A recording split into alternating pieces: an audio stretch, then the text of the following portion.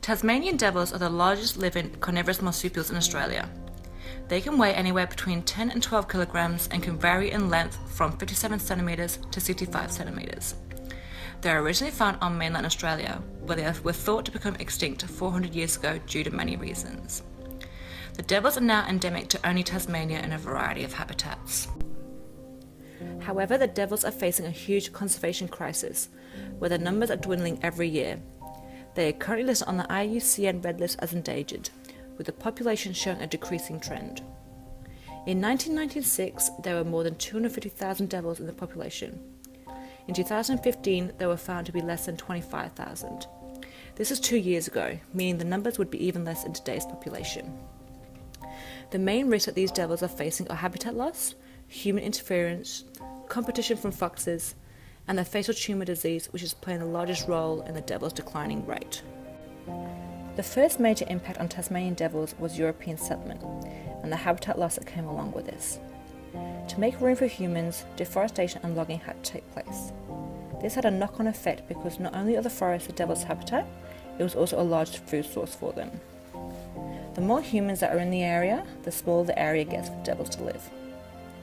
Due to the Industrial Revolution and the increase in pollution, global warming increased, which also affected the devil's habitat. Global warming is also becoming a major issue today, not only for devils but for species everywhere. The introduction of roads to what was once the devil's habitat has impacted numbers through accidents or death by being hit by cars. Humans aren't the only species that have played a role on the Tasmanian devil's decline. The European red fox has also played a role in the demise of devils.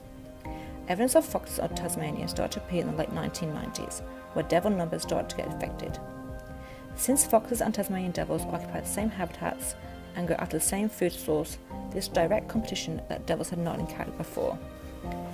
Both species are of similar size, so would often compete. The red fox normally came up on top. Young juvenile devils were often predated on by foxes, due to them being of a smaller size and an easy food source. This began to have a serious effect on their numbers. The Tasmanian government did step in and initiate a 10-year eradication fox program from 2006 to 2014. It was stopped early because as of 2011, there has been no evidence of fox activity in Tasmania. So this risk to Tasmanian devils has been fixed and can hopefully remain this way to help population numbers along. Both humans and foxes together for different reasons have taken its toll on the devil's number. However, they aren't the main reason for the dramatic and serious decline in numbers of devils, and why it is so important to conserve this species. The reason behind this dramatic decline is DFTD, otherwise known as devil facial tumour disease. DFTD is a fatal disease in devils, in which small cancerous lumps begin to develop on the face of devils. These lumps grow very quickly and spread to the rest of the face and neck, and in some cases have been found to spread to the body. The first confirmed case of TFTD was in 1996, and it has now been confirmed that 60% of Tasmanian population is affected with it. DFTD only affects Tasmanian devils and is highly contagious, and once affected is normally fatal to that individual. It is normally spread through biting or any form of close contact. Devils as young as 1 can become affected by this disease. From the first stage of infection, it is only a matter of months before the individual dies. As the lumps grow and take over the face, it becomes harder and harder to eat or even drink. This leads to starvation and the body getting weaker and weaker, allowing the cancer to take over.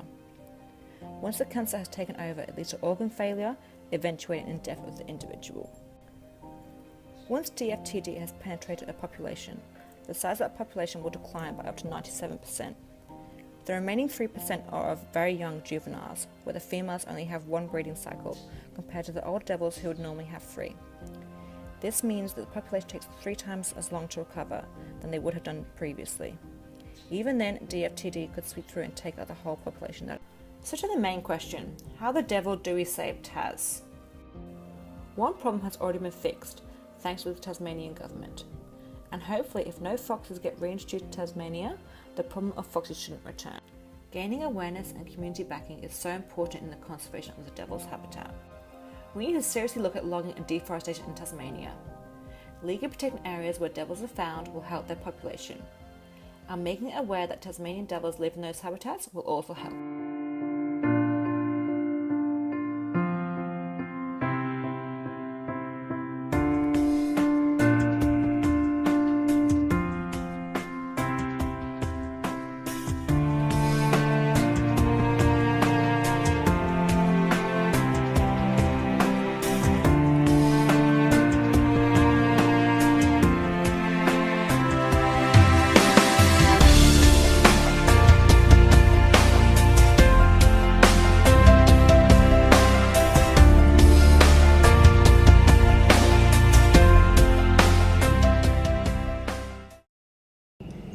we're here today at Wildlife HQ with keeper Rachel to look at Tasmanian devils and ask a few questions.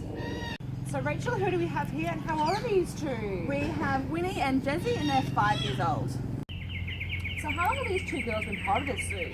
These two girls have been with the zoo for their entire life. They were hand raised by 2 of our keepers, and because of that, they've formed incredible bonds with their 2 handlers. What type of life do the girls have here? These 2 girls live a very happy and healthy life here. They're given daily enrichment, such as these dog biscuits that I'm throwing over, and that keeps them busy and foraging throughout the day. Also being hand raised, they get lots of cuddles and attention from their 2 handlers. So in the wild, what's the greatest threat that these devils have? The greatest threat to Tasmanian devils is the devil facial tumour disease. It's a cancerous disease. It's highly contagious between the devils. It's passed on through biting, and the devils biting each other is very common behaviour for the devils in the wild. So in the wild, how has this disease affected the population? In the last 20 years, the population has actually declined approximately 60%. Within the last 10 years, they've actually been added to the endangered species list. And unfortunately, the majority of their wild population is still affected by that disease as well. What have you done about this disease? Unfortunately, not yet. There has been no cure discovered at the moment. So is there anything that is being done to help these devils? Yes, there is. On a scientific level, there are researchers working to develop a cure for that disease. And in captivity, there are breeding programs to help breed healthy and genetically diverse individuals, and hopeful that they'll be released into the wild if it comes to that. Is there anything we as a public can do to help? Yeah, absolutely. So the public can help by just helping build that awareness. For instance, here at Wildlife HQ, we do actually provide encounters, so you do get up close and personal with these 2 girls here. There's also lots of organisations that provide funding for that research to help develop that cure. Well, thank you for your time here today, Rachel, with these gorgeous 2 girls. Hopefully this interview has helped raise awareness and we can help save this population and hopefully bring them back from the brink. That would be wonderful. Thank you. Zoos are helping with captivity breeding programs, as well as offering animal encounters which raises money for programs such as Save the Devil. Now with DFTD, it is a hard one, but it is not an impossible one. There are current projects being carried out in researching a cure for this disease. And over the past 10 years, there is progress with hope. There has also been a species set up as an insurance population, and researchers hope that with the progress being made, they wish to validate and trial a vaccine within the next 3 years. So it is not whether the animals will survive, it's whether man has the will to save them.